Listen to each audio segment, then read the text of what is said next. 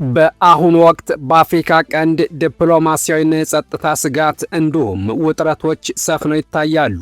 እያንዳንዳቸው የምስራቅ አፍሪካ ሀገራት የየራሳቸው የቤት ስራና ጣጣ አለባቸው። እንደገና ደግሞ የእርስ በርስም ውጥረት ውስጥ ናቸው። ሱዳን ዓለም ሊያየው ባልፈለገ አስፈሪ ጦርነት ውስጥ ናት። ደቡብ ሱዳን በሁለት ፖለቲከኞች ምክንያት ዋና ከተማዋ ጁባ የውጊያ ሜዳ ከሆነች ቆይታለች። ኤርትራ ወጣት ተሰዶ ያለቀባት ምድረ በዳ ሀገር እየሆነች ነው። ኢትዮጵያ ውስጥ ያለውም ችግር ይታወቃል። ከውጊያዎች በተጨማሪ መጨረሻ ያልታወቀው የትግራይ ጉዳይም ሌላ ጣጣ ለመሳብ ዳርዳር እያለ ነው። እነዚህ የምስራቅ አፍሪካ ሀገራት እርስ በርስም ቢሆን መልካም የሚተሳሰቡ አልሆነም። ከቅርብ ጊዜ ወዲህ ደግሞ በተለየ ኢትዮጵያና ኤርትራ ጠንከር ያለ ውጥረት ላይ ናቸው። ዋናው ምክንያት ደግሞ ኢትዮጵያ ከሰፊው ባህር ተከልክ የመኖር በቃኝ በማለቷ ነው። በተለይም ግብጽ በኢትዮጵያ ዙሪያ እያደረገች ያለችው እንቅስቃሴ እጅግ አስጊ እየሆነ መጥቷል። ጅቡቲ ውስጥ እግሯን የተከለችው ግብጽ ያልታየ አደጋ ደቅናለች። ኢትዮጵያ ከእንዲህ አይነት ጣጣ ለመውጣት ብቸኛ አማራጭ አድርጋ እያየች ያለችው የባህር በር ማግኘት ነው። ጥያቄው መጠቀም አይደለም። ጉዳዩ አድጎ ወደ ባህር በር ግዛት ጥያቄ አድጓል የሚሉ አስተያየቶች እየተሰጡ ናቸው። ኢትዮጵያ የባህር በር ግዛት የማግኘት እንቅስቃሴ እያደረገች ስለመሆኑ ነው እየተነገረ ያለው። አሰብ ደግሞ የትኩረት ኢላማ መሆኗ ነው። ለመሆኑ አሰብ እንዴት ናት? ኢትዮጵያ የአሰብ ወደብን ለመጠቀም መንገድ ከገነባችና ጠቅላይ ሚኒስተሩም ሂደው ካዩት በኋላ ለምን ሳይሳካ ቀረ የሚለውን ጥያቄ አንስተን እናያለን። መልካም ቆይታ። የወደብ ተደራሽነትና የወደብ አገልግሎት ጉዳይ ከአፍሪካ በሕዝብ ብዛት ሁለተኛ ለሆነችው ኢትዮጵያ ዋነኛ ፍላጎት ከመሆኑ አንጻር በአካባቢው ይፋ የወጣ መነጋገሪያ ከሆነ ሰነባብቷል። ጉዳዩ ከ6 ዓመታት በፊት ቢጀመርም አደባባይ ላይ የወጣው ግን ከአንድ ዓመት በፊት ገደማ ጀምሮ ነው። በዚህ አካባቢ ከዚህም ከዚያም ወታደራዊ እንቅስቃሴዎች ጭምር ታይተዋል። የአሰብ ወደብ ከ100 ዓመታት በላይ ለሚሆን ጊዜ የኢትዮጵያ ዋና የንግድ መተላለፊያ ሆኖ አገልግሏል። የኤርትራ ፍላጎት 98 በመቶ የሚሆነው የሚገባውም በዚህ ወደብ በኩል ነው። በኢትዮጵያና በኤርትራ መካከል የድንበር ጦርነት ከተቀሰቀሰ በኋላ ኢትዮጵያ ለዓለም አቀፍ ንግድ ከሞላ ጎደል የጅቡቲን ወደብ ስትጠቀም ቆይታለች። የጅቡቲ ወደብ በዓመት ከ5.8 ሚሊዮን ቶን በላይ ደረቅ ጭነትና ወደ 300 ሺህ የሚጠጉ ኮንቲነሮችን ያስተናግዳል። ነገር ግን የጅቡቲ ወደቦች ከጊዜ ወደ ጊዜ የኢትዮጵያን ኢኮኖሚ መቋቋም እየከበዳቸው ስለመምጣቱ ይነገራል። ከዚህ በተጨማሪ ግብጽ የጅቡቲ ወደቦችን ለማስተዳደር ከጅቡቲ ጋር ተደጋጋሚ ውሎችን መፈራረሟ ለኢትዮጵያ አደጋ ነው። እናም ኢትዮጵያ ለሁሉም ነገር ዘላቂ የሆነ የባህር ግዛት ለማግኘት ከፍተኛ ፍላጎት አላት።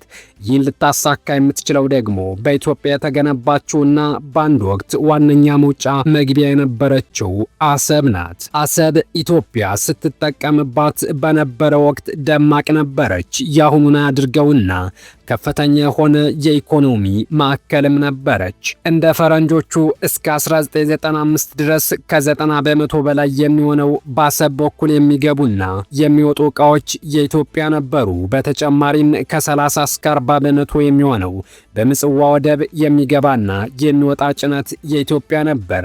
የአሰብ ወደብ የኢትዮጵያ ነፃ ወደብ ነበር። የኢትዮጵያ ጉምሩክ ቅርንጫፍ ነበረው። ወደ ኢትዮጵያ የሚገቡና ከኢትዮጵያ የሚላኩ ዕቃዎች ከኤርትራ ጉምሩክ ቁጥጥር ውጭ ነበሩ ሲል በአውሮፓውያኑ 1995 የወጣ የአይኤምኤፍ ዘገባ ያመለክታል።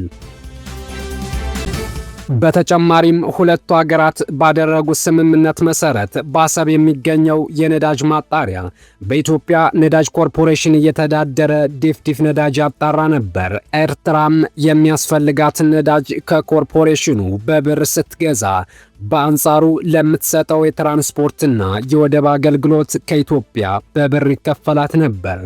ነገር ግን ለ20 ዓመታት በዘለቀው ጦርነትና ባስከተለው ፍጥጫ ምክንያት የአሰብ ወደብ አገልግሎት የዓለም ባንክ እንደሚለው ከ1998 ወዲህ ያበቃለት ጉዳይ ሆኗል።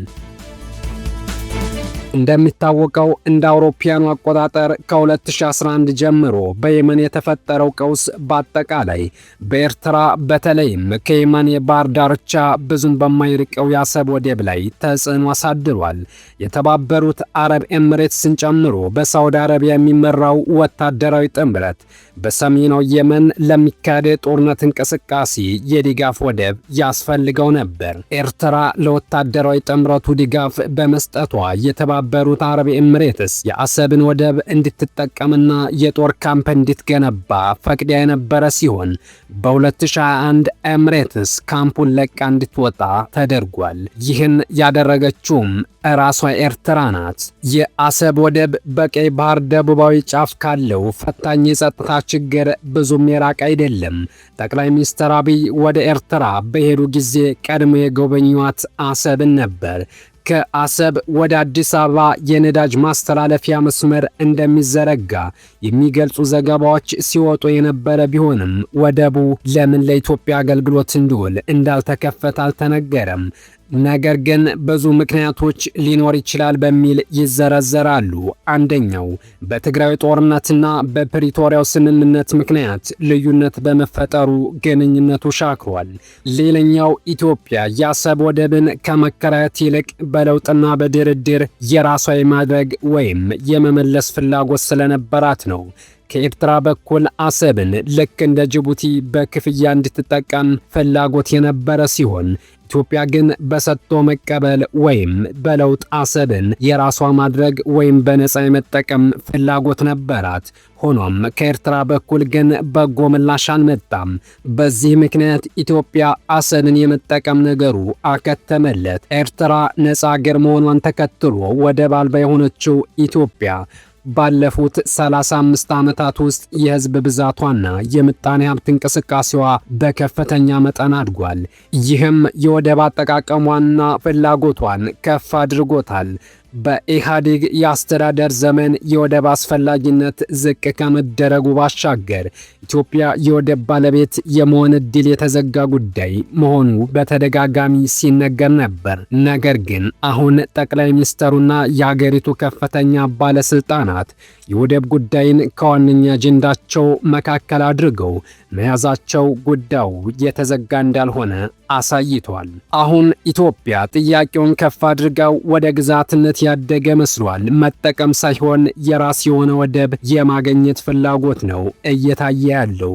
በተለይ የአሰብ ወደብ ከታደሰና ማስፋፋት ከተቻለ ለኢትዮጵያ ብቻ ሳይሆን ለዓለም አቀፍ አገልግሎትም ሊውል ይችላል። እነዚህ አገልግሎቶች በሺዎች ለሚቆጠሩ ሰዎች የሥራ ዕድል በመፍጠር በማጓጓዝ እና በመጋዘን አገልግሎታቸው ገቢ በማስገኘት ቀጣይነት ያለው ቀጥተኛ የኢኮኖሚ ጥቅሞችን እንደሚሰጡ ባለሙያዎች ይናገራሉ።